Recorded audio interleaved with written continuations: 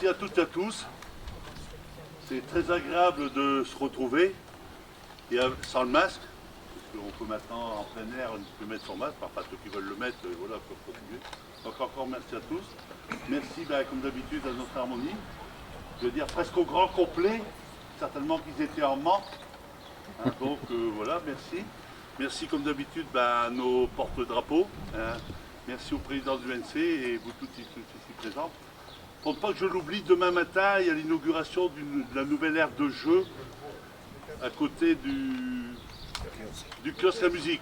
C'est pour 11h30 à côté du kiosque et on aura le plaisir d'accueillir Jean-René Le Cerf, président du département du Nord. Voilà, je voulais faire ce petit rappel.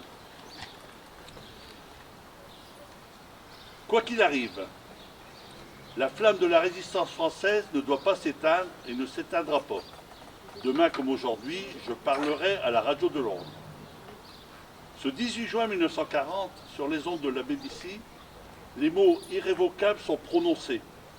Un officier inconnu du grand public, en rupture de banc, ancien membre du gouvernement, sans armes ni troupes, sans bagages ni logistique, démuni de tout, mais fort d'une irréductible foi dans le destin de la France. Conclut son appel par ces deux phrases, elles résonnent aujourd'hui encore dans notre mémoire nationale.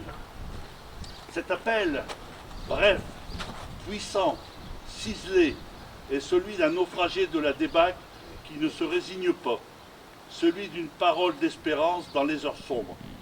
Alors que la défaite était consommée, qu'il avait œuvré pour éviter l'abîme, que l'esprit d'abandon triomphait jusqu'au sommet de l'État, le général de Gaulle quittait le sol national pour porter la voix de la lutte contre la résignation, du patriotisme contre le desservissement, de la résistance contre le déshonneur.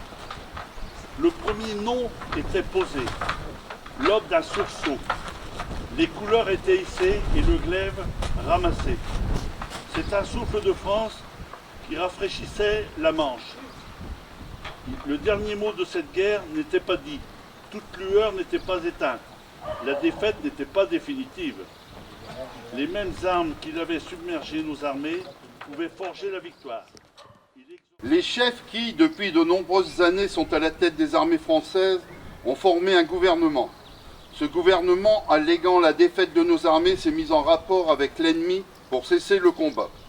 Certes, nous sommes submergés par la force mécanique, terrestre et aérienne de l'ennemi.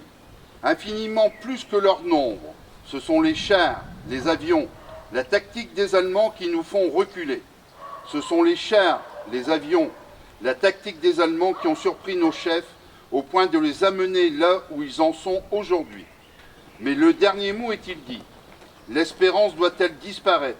La défaite est-elle définitive? Non. Croyez-moi, moi qui vous parle en connaissance de cause et vous dis que rien n'est perdu pour la France, les mêmes moyens qui nous ont vaincus peuvent faire venir un jour la victoire. Car la France n'est pas seule, elle n'est pas seule, elle n'est pas seule, elle a un vaste empire derrière elle. Elle peut faire bloc avec l'Empire britannique qui tient la mer et continue la lutte.